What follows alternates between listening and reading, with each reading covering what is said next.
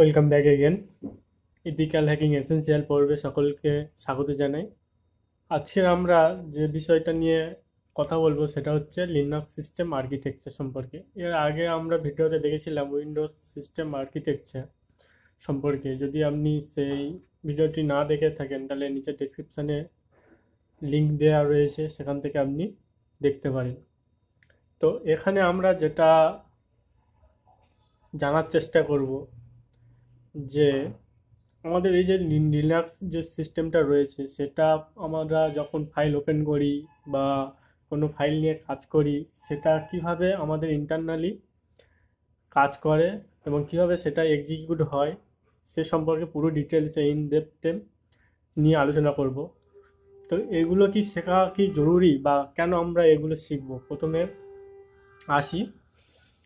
তো এগুলো এই কারণে শিখতে হবে যে বা জানতে হবে যে যখন আপনি বেসিক স্টেজ পেরিয়ে ইথিক্যাল হ্যাকিং ডোমেন নিয়ে এগোতে চাইছেন, যখন আপনি আরও একটু হায়ার লেভেলে যাবেন, যেমন ম্যালওয়্যার অ্যানালাইসিস, রেড টিমিং, ব্লু টিমিং, এই সমস্ত সার্টিফিকেশন যখন করবেন বা এই সমস্ত নিয়ে যখন এগোতে যাবেন, তখন আপনার ফাউন্ডেশন পার্টটা স্ট্রং হওয়া জরুরি, যাতে করে ওই ওই সময় যে সমস্ত কাজগুলো রয়েছে বা যে সমস্ত অ্যানালাইসিসগুলো করতে হয়, কিভাবে কাজ করছে না করছে সেগুলো না ভালো করে জানলে আপনার অনেক সমস্যা হতে পারে। সেই জন্য প্রথমে বলবো আপনার ফাউন্ডেশনটা স্ট্রং করে নিন, নিয়ে তারপরে আপনি ইথিক্যাল হ্যাকিং বলুন বা যে কোনো ডোমেনের ওপর কাজ করুন না কেন, হ্যাকিং রিলেটেড অনেকটা আপনার কাছে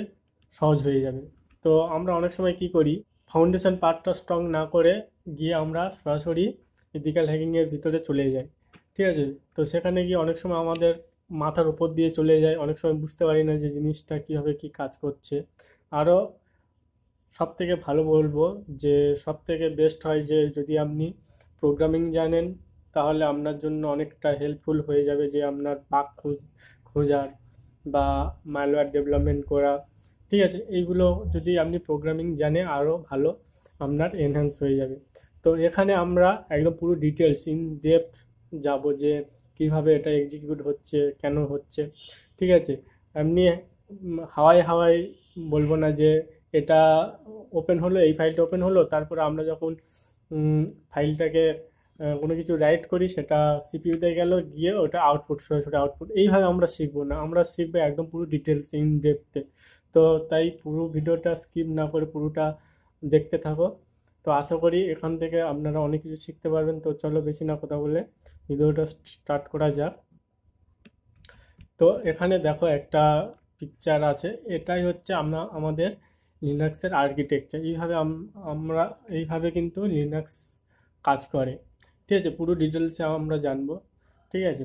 তো ফার্স্টে আমরা আসছি ইউজার স্পেস, যেটা ফার্স্ট ইউজার আমরা কি করি, ইউজার কোনো একটা ফাইল বা কোনো একটা প্রোগ্রামকে এক্সিকিউট করে, সেটাকে আমরা ইউজার স্পেস বলছি। ঠিক আছে? এখানে আপনারা দেখতে পাচ্ছেন।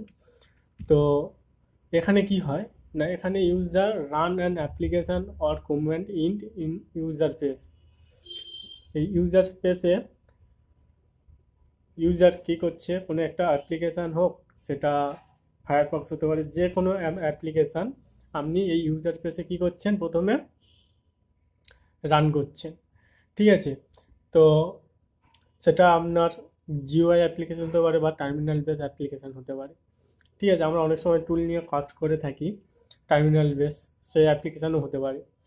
তো যখন অ্যাপ্লিকেশান রান হয় তখন কি হচ্ছে, কি করছে অ্যাপ্লিকেশান, কি করছে, generate a system call request service from the Linux kernel.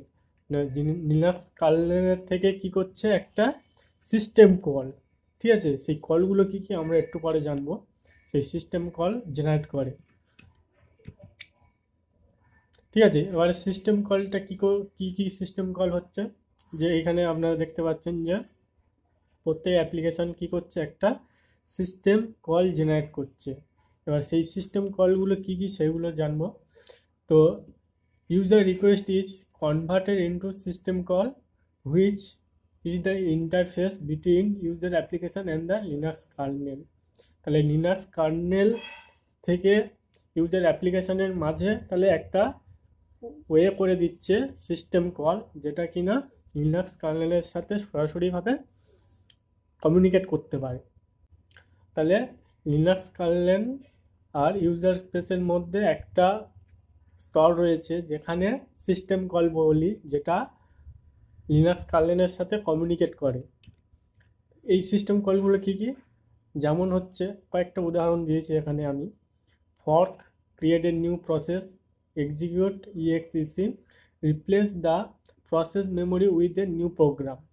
ঠিক আছে, রিড রাইট ফাইল এবং ইনপুট আউটপুট হয়। ঠিক আছে, ওপেন ক্লোজ ফাইল অ্যাক্সেস, আমরা অ্যাক্সেস যখন করি তখন ওপেন হয়, আর একটা কী হয়, ক্লোজ হয়, তাই না? যখন আমরা ফাইল ওপেন করি সেটাকে আমরা ওপেন বলি, এবং যখন ক্লোজ করি সেটাকে ক্লোজ। আর সকেটের সাহায্যে আমরা কী করি, নেটওয়ার্ক অপারেশন, যত নেটওয়ার্কের অ্যাক্টিভিটি হয় সমস্ত কিছু সকেট দিয়েই হয়। ঠিক আছে, আশা করি বুঝতে পেরেছেন যে সিস্টেম কলগুলো কী কী রয়েছে। তাহলে ফর্ক রয়েছে, এক্সিকিউট রয়েছে, রিড রাইট রয়েছে, এবং ওপেন ক্লোজ আর সকেট, এই কয়েকটা রয়েছে। ঠিক আছে, এবারে আমরা নেক্সট জানবো যে এই প্রসেস ম্যানেজমেন্ট কীভাবে হচ্ছে, কীভাবে মেমোরি ম্যানেজমেন্ট হচ্ছে, সেগুলো সম্পর্কে ডিটেলসে জানবো। তো নেক্সট আসছি প্রসেস ম্যানেজমেন্ট। প্রসেস ম্যানেজমেন্ট কি না, এখানে কিভাবে আমাদের এই যে পুরো সিস্টেমটা কীভাবে প্রসেস করছে কোনো একটা ফাইলকে, কোনো একটা প্রোগ্রামকে, সেটা জানবো। দেখো, প্রসেস যখন কোনো একটা ফাইল এক্সিকিউট হলো, তখন create a new process using fork. একটু আগে দেখেছিলাম যে ফর্কের সাহায্যে আমরা নতুন ফাইল প্রসেস করি। ঠিক আছে, তো component like kernel responsible for creating new process, প্রথমে একটা নতুন প্রসেস ক্রিয়েট করে ইউজিং ফর্কের সাহায্যে। তারপর হচ্ছে শিডিউলিং ক্রিয়েট করে। ঠিক আছে, তো ডিসাইডিং হুইচ প্রসেস রান।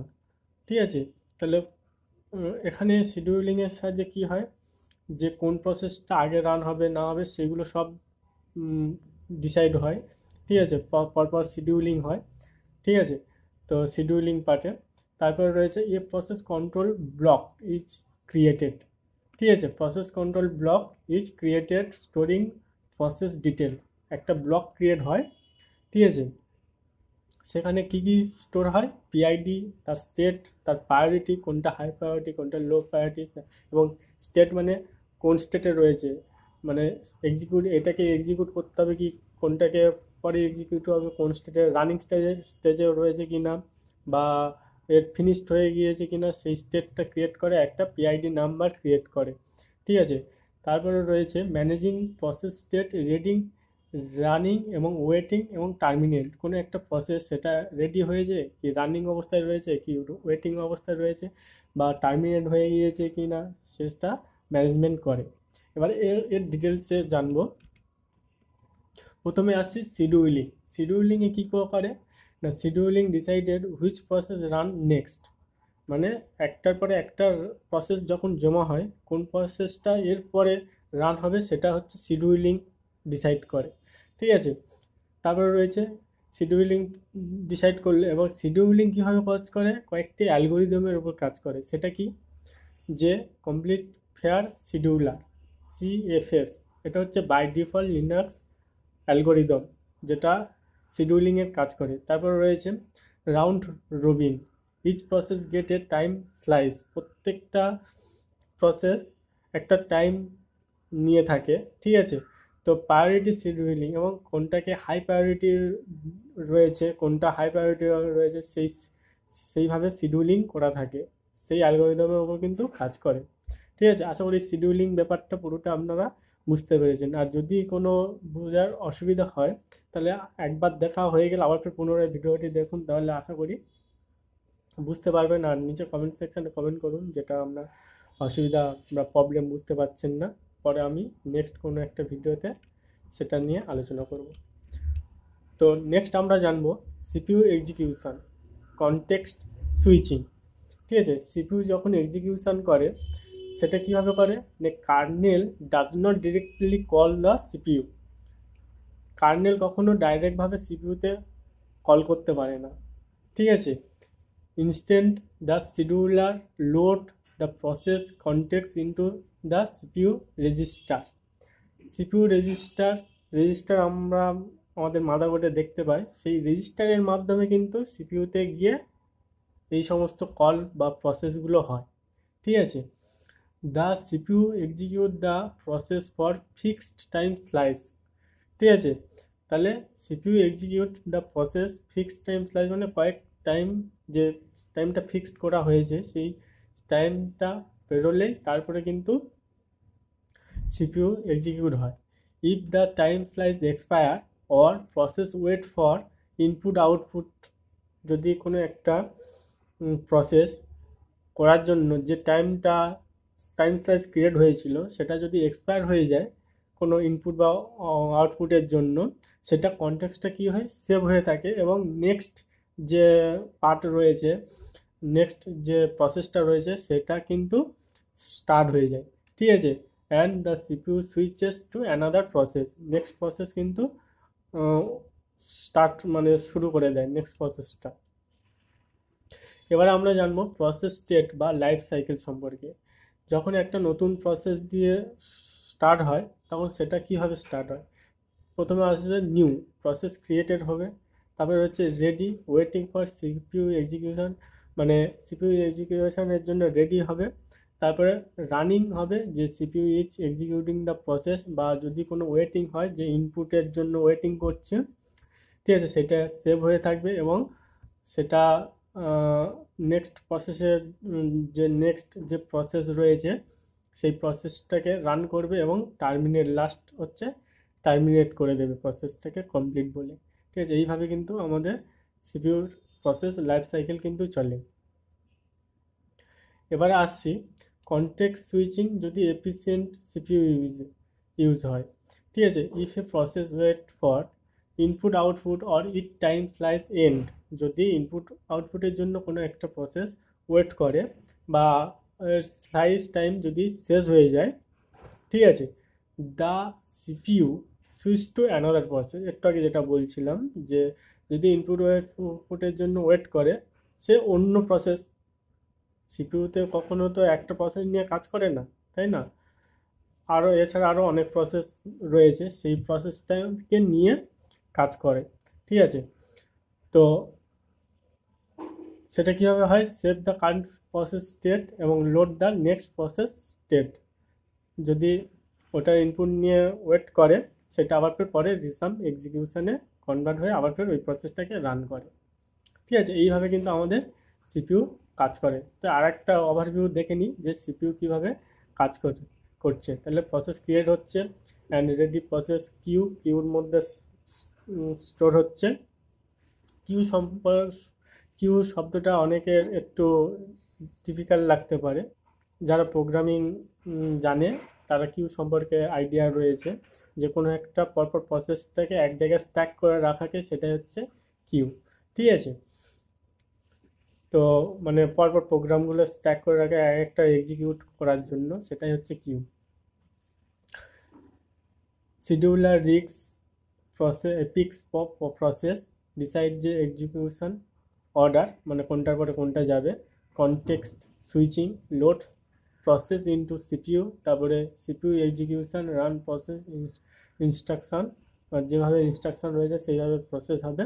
এবং প্রসেস কমপ্লিট অর ওয়েট মানে সুইচ টু নেক্সট প্রসেস, যখন কমপ্লিট বা ওয়েট থাকবে সেটা নেক্সট প্রসেসে সুইচ হয়ে যাবে। এই হচ্ছে পুরো সিপিইউ কাজ করে এইভাবে। এবার নেক্সট আমরা জানবো যে মেমোরি ম্যানেজমেন্ট সম্পর্কে।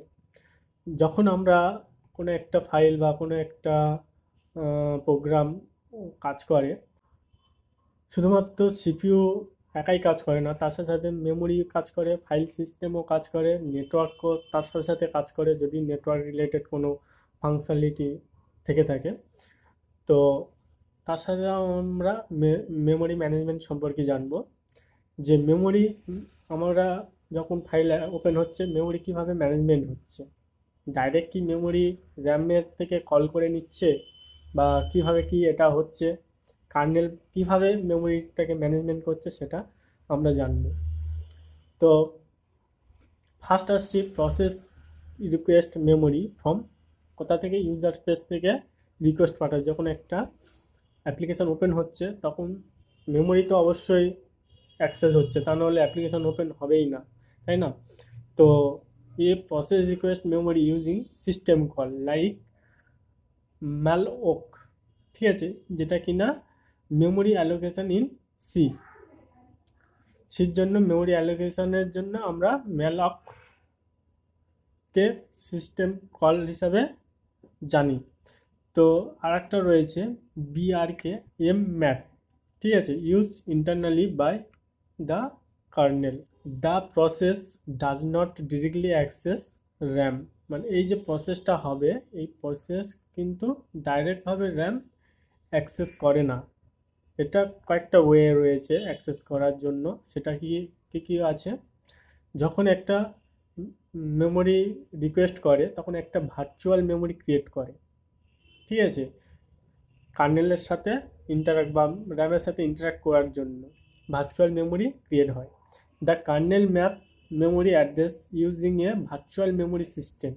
তাহলে যখন মেমোরি অ্যাক্সেস করে তখন কি করে, একটা ভার্চুয়াল মেমোরি ক্রিয়েট করে। সেখানে কি হয়, each process create a virtual address space, সেখানে একটা ভার্চুয়াল অ্যাড্রেস ক্রিয়েট হয় এবং যেটা ইন্ডিপেন্ডেন্ট অফ ফিজিক্যাল র্যাম, এবং this mapping is managed by the page table. একটা টেবিল ক্রিয়েট হয়, সেটাকে আমরা পেজ টেবিল বলি। সেই পেজ টেবিলে এই সমস্ত পুরো অ্যাড্রেস সমস্ত কিছু রেকর্ড হয়ে থাকে, ঠিক আছে, যে কোনটার অ্যাড্রেস কোনটা, কোনটার প্রসেসের অ্যাড্রেস কোনটা, কীভাবে কী কাজ করবে না করবে সমস্ত কিছু এখানে একটা পেজ টেবিলের মধ্যে সমস্ত অ্যাড্রেস সেভ হয়ে থাকে, ঠিক আছে। এবারে আমরা জানবো যে মেমোরি অ্যালোকেশন বাই কার্নেল, ঠিক আছে। এবারে ওই যে অ্যাড্রেসটা হলো সেটা কিভাবে অ্যালোকেশন করছে, কার্নেলের সাহায্যে। না, memory manager check available physical memory, যে র্যামের মধ্যে কোনো ফিজিক্যাল মেমোরি অ্যাভেলেবেল আছে কি না, যার সাহায্যে আমার নতুন যে পেজ বা নতুন টেবিল ক্রিয়েট করবে সেটা জন্য প্রথমে চেক করে যে ফিজিক্যাল মেমোরি র্যাম অ্যাভেলেবেল আছে কি না। If enough page is available it assign memory page to process, তাহলে মেমোরি পেজের মধ্যে প্রসেসের জন্য অ্যালোকেশন হয়ে যায়, ঠিক আছে। আর যদি না হয় সেটার জন্য কি হয়, it may use swiping move interactive memory to ডিস্কের মধ্যে একটা সোয়াপ পার্টিশন আমরা করে থাকি যখন আমরা লিনাক্স ইনস্টলেশন করে থাকি। অনেকে জানো, অনেকে হয়তো আবার জানো না যে সোয়াপ পার্টিশনটা কি। সোয়াপ পার্টিশনটা এই কারণে করা হয় যে আমাদের র্যাম কোনো কারণে যদি ফুল হয়ে যায় তখন আমরা ওই সোয়াপ পার্টিশন থেকে, মানে ডাইরেক্ট হার্ড ডিস্কের যে সোয়াপ পার্টিশন ক্রিয়েট করি আমরা, সেখান থেকে ওই মেমোরিটাকে আমরা ইউজ করতে পারি কোনো একটা প্রোগ্রামকে রান করার জন্য। অনেকে হয়তো সোয়াপ পার্টিশন সম্পর্কে আইডিয়া রয়েছে, আবার অনেকের আইডিয়া নেই। এটাই হচ্ছে মেন সোয়াপ পার্টিশন। এই কারণে আমরা সোয়াপ পার্টিশনটাকে ইউজ করে থাকি। সেই সোয়াপ পার্টিশন তখন ওটাকে হেল্প করে ওই প্রোগ্রামটাকে এক্সিকিউট করার জন্য, ঠিক আছে। তাহলে সেটা কীভাবে রিকোয়েস্ট হচ্ছে দেখো,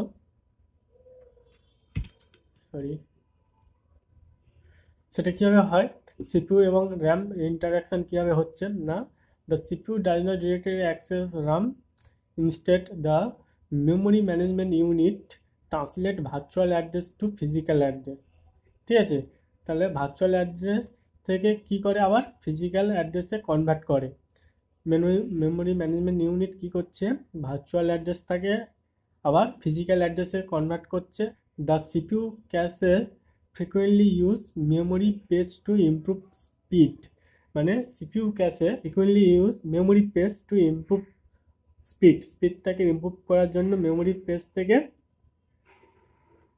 ফ্রিকুয়েন্টলি ক্যাশে ইউজ হয়, ক্যাশে, ঠিক আছে।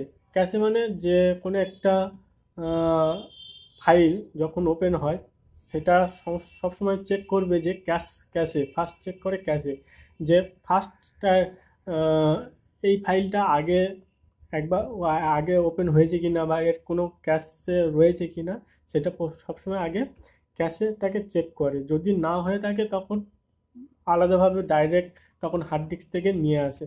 ঠিক আছে, তো সেটা কীভাবে হয় আমরা জানবো যে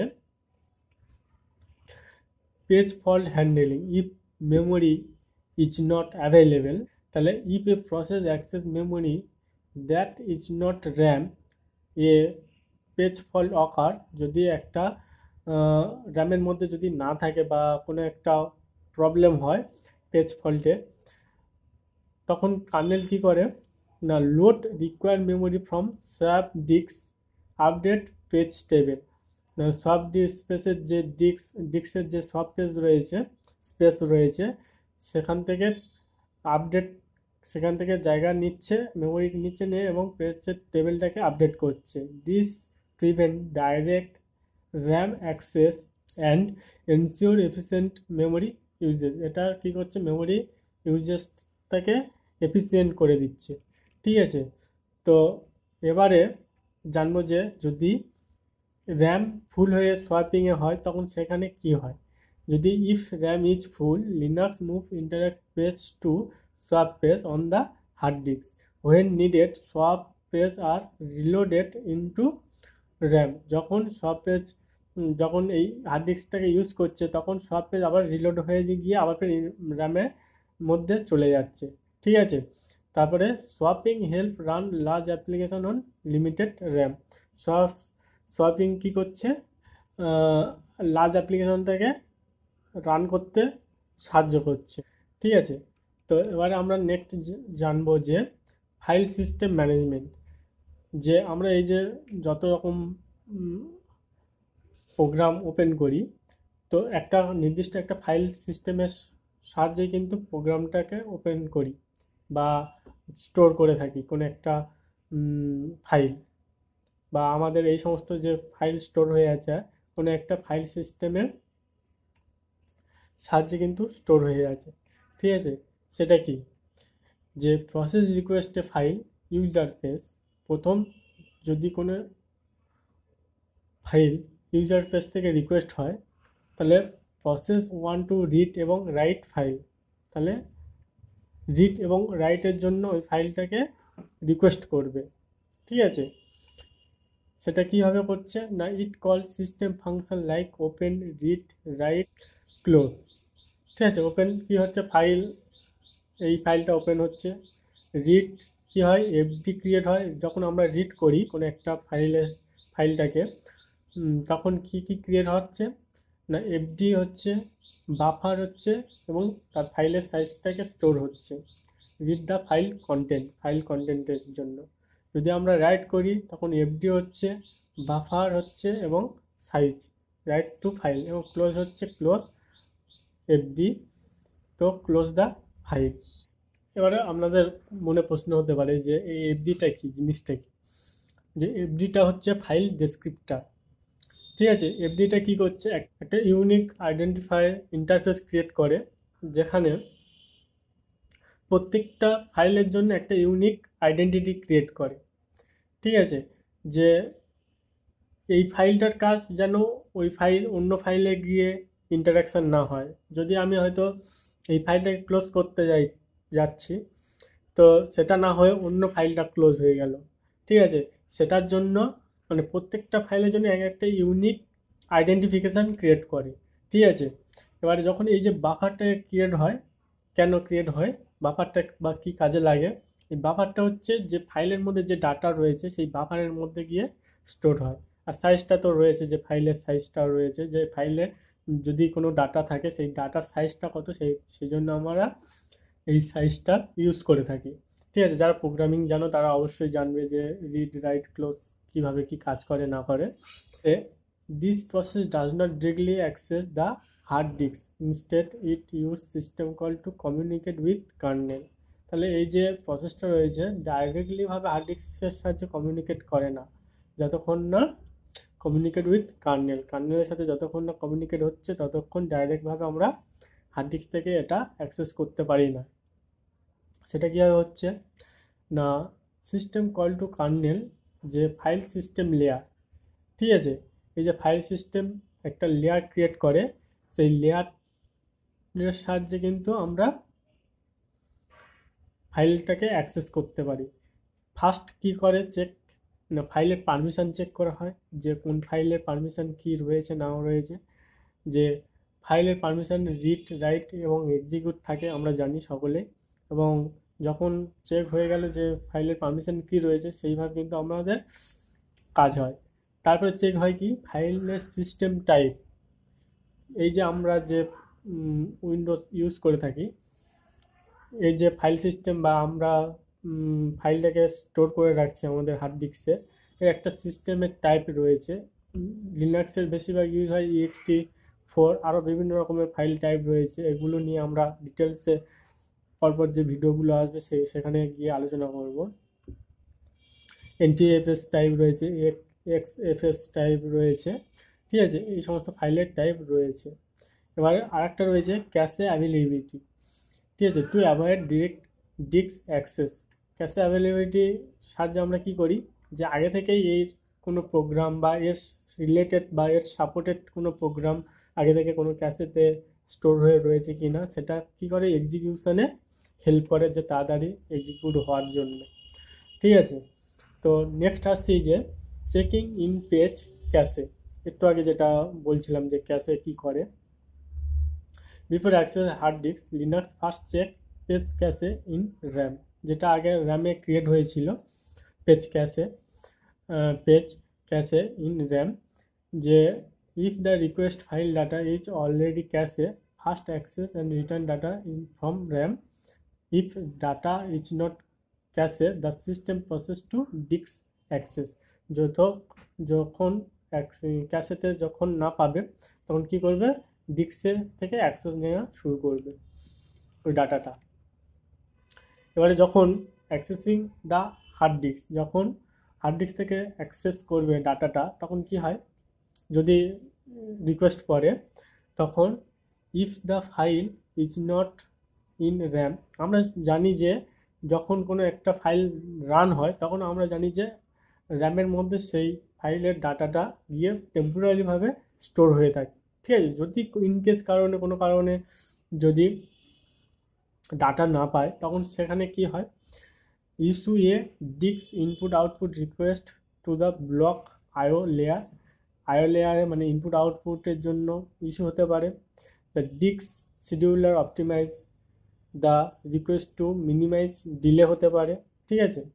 the device driver communicate with hard disk, SSD, HDD, ঠিক আছে, এগুলো প্রবলেম হতে পারে। নেক্সট আমরা জানবো যে রিট্রিভিং ডাটা ফ্রম ডিস্ক, তাহলে ডাটা কিভাবে হার্ড ডিস্ক থেকে রিট্রিভ করে, নেয়, অ্যাক্সেস করে। The hard disk controller fetches the request file block, যে ফাইলের ব্লক ক্রিয়েট হয় সেই ব্লকে ফেচ করে ডাটাটাকে নেওয়ার। ডাটা ইজ ট্রান্সফার ব্যাক, যে first to page cache run for future use, then to process that request it. তাহলে ফার্স্ট র্যাম ক্যাশে যাচ্ছে, র্যামের মধ্যে যাবে, সেই ডাটাটা আবার গিয়ে আবার ফের এটাকে প্রসেস করবে, তাহলে র্যাম থেকেই কিন্তু ডাটাকে অ্যাক্সেস করবে সমস্ত কিছু ডাটা। নেক্সট আসছি ফাইল অপারেশন কমপ্লিট সম্পর্কে। যখন এটা পুরোটা কমপ্লিট হয়ে গেল তখন প্রসেস রিড এবং রাইট টু রিকোয়ার্ড ডাটাকে রিড এবং রাইট করলো, এবং the kernel update meta data, time stamp, file size এবং এটসেট্রা। তাহলে কার্নেল কি করলো, এর কোন টাইমে এটা স্টোর হলো বা এটাকে সাইজ কত, ঠিক আছে, এটা কখন এডিট হয়েছে, সেভ হয়েছে, সেগুলো সমস্ত কিন্তু টাইম স্ট্যাম্প দিয়ে কার্নেল সেটার মেটা ডাটাতে আপডেট করে দেয়। তারপরে the file is closed and cache are updated, এবং ক্যাশেটাকে লাস্ট আপডেট করে দেয়, ঠিক আছে, যে ফাইলটা স্টোর এবং সেভ হয়ে গিয়েছে। এবারে পুরো একটা ওভারভিউ নিয়ে নেবো যে পুরো সিস্টেমটা কিভাবে কাজ করছে। যে ফাইল সিস্টেম যেটা আমরা জানলাম, যে প্রসেস রিকোয়েস্ট এ ফাইল, তখন কি হচ্ছে ওপেন, রিড এবং রাইট, এই তিন ধরনের প্রসেস হয় যখন একটা ফাইল ওপেন করি, ঠিক আছে।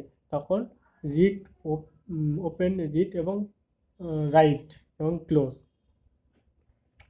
এটা হয়, ঠিক আছে। তারপরে কি হচ্ছে কার্নেল হ্যান্ডেল রিকোয়েস্ট, যে পারমিশন এবং ফাইল সিস্টেম, তার ফাইল সিস্টেম এবং তার পারমিশন সম্পর্কে চেক করবে।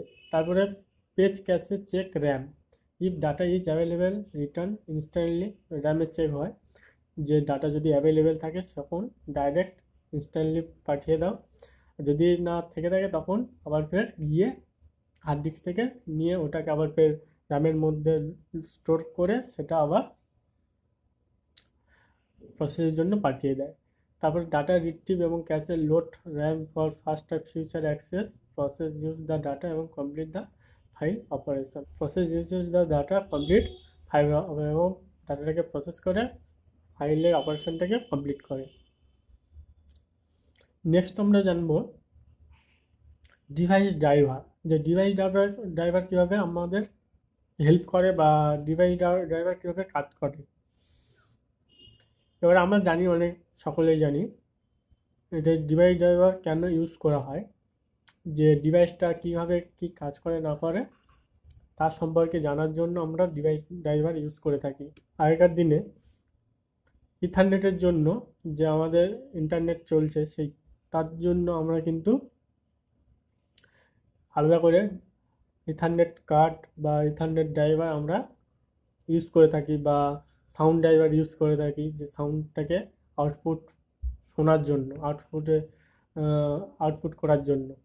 ঠিক আছে, এখন তো মানে বাই ডিফল্ট মাদারবোর্ডের সাথে সমস্ত কিছু দেয়াই থাকে, তার মধ্যে আবার আমাদের ওএসের মধ্যেও থাকে। ঠিক আছে, সেই সমস্ত সফটওয়্যার ইনবিল্ট থাকে, তো সেটা এখন আর প্রয়োজন হয় না। তো তাহলে আমাদের ড্রাইভার কি করছে, যে কোন ডিভাইস কিভাবে কি কাজ করবে না করবে সেই তার জন্য সেই ড্রাইভারটাকে আমরা ইউজ করে থাকি।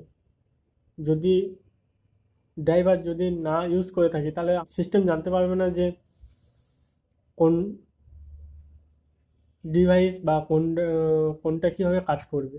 ঠিক আছে, তো এখানে দেখো, if the process need communicate with hardware like printer, GPU, keyboard, it goes through the device driver থেকেই থাকে। ঠিক আছে, ডিভাইস ড্রাইভার না থাকলে কিন্তু আমরা কোনো সময় কমিউনিকেট করতে পারবো না। Device driver allow to Linux kernel two interact with, তাহলে ডিভাইস ড্রাইভার এটা কী করে, অ্যালাউ করে কি লিনাক্সের কার্নেলের সাথে ইন্টারাক্ট উইথ, ওই ডিভাইসের সাথে ইন্টারাকশনের জন্য ডিভাইস ড্রাইভার ইউজ হয়। তারপরে কি হচ্ছে, input output, mouse, keyboard, storage device, hard disk, USB, network adapter, WiFi, Ethernet. ঠিক আছে, এটা আমরা জানি। তাহলে একটা যদি এক্সাম্পল নিই, যে playing a video will use graphics card driver, আমরা যে সমস্ত গ্রাফিক্স কার্ড ইউজ করে থাকি, তো গ্রাফিক্স ড্রাইভার না দিলে কিন্তু আমাদের সেই গ্রাফিক্সটা ইউজ হয় না। ঠিক আছে, ব্যবহার করতে পারি না। তো সেই কারণে আমাদের গ্রাফিক্স কার্ডের সাথে গ্রাফিক্সের ড্রাইভারটাকে কিন্তু ইনস্টল করতে হয়। এবারে নেক্সট আমরা জানবো নেটওয়ার্ক ম্যানেজমেন্ট। ঠিক আছে, তো নেটওয়ার্ক ম্যানেজমেন্ট কীভাবে হয়, যখন process request network access from user page, তাহলে কি হয়, লাইক যদি আপনি ওয়েব ব্রাউজার বা এসএসএইচ ক্লায়েন্ট বা অন্য সার্ভার থেকে আপনি ডাটা সেন্ড এবং রিসিভ করার জন্য এটা কি ক্রিয়েট হচ্ছে, সিস্টেম কল ক্রিয়েট হচ্ছে, কি সকেট, এন্ড, রিসিভ, কানেক্ট, বিন্ড। ঠিক আছে, বাইন্ড। তো এই যে সকেট, এটা কি, এটা আমরা যারা প্রোগ্রামার তারা জানবে যে সকেট সেই সাহায্যে কিন্তু কোনো একটা নেটওয়ার্ক অন্য নেটওয়ার্কের সাথে কমিউনিকেট করতে পারে। ঠিক আছে, সকেটের মাধ্যমেই হয়। ক্রিয়েট এ নেটওয়ার্ক কানেকশান, নেটওয়ার্কে কানেকশান করতে গেলে আমাদের এই সকেটটাকেই কল করতে হয়। ঠিক আছে, ডাটা সেন্ড এবং রিসিভের জন্য সিস্টেম কল, সেন্ড এবং রিসিভ আমরা অনেক প্রোগ্রাম করে থাকি, যে সেখানে কানেক্ট করার জন্য কানেক্ট দিয়ে, এটা যে প্রোগ্রামিং ভাষায় ফাংশন বলি। তো bind the local address for server. The process does not directly communicate with the network adapter. Instead, it interact with the kernel networking stack. মানে ডাইরেক্টভাবে নেটওয়ার্ক অ্যাডাপ্টারের সাহায্যে এটা প্রসেস হয় না যতক্ষণ না কার্নেলের যে নেটওয়ার্কিং স্ট্যাক রয়েছে সেটা যতক্ষণ না অ্যাক্সেস হবে। সেটা কীভাবে হবে? তাহলে প্রথমে সিস্টেম কল টু কার্নেলের সিস্টেম কল হবে। সেখানে কী কী চেকস হবে?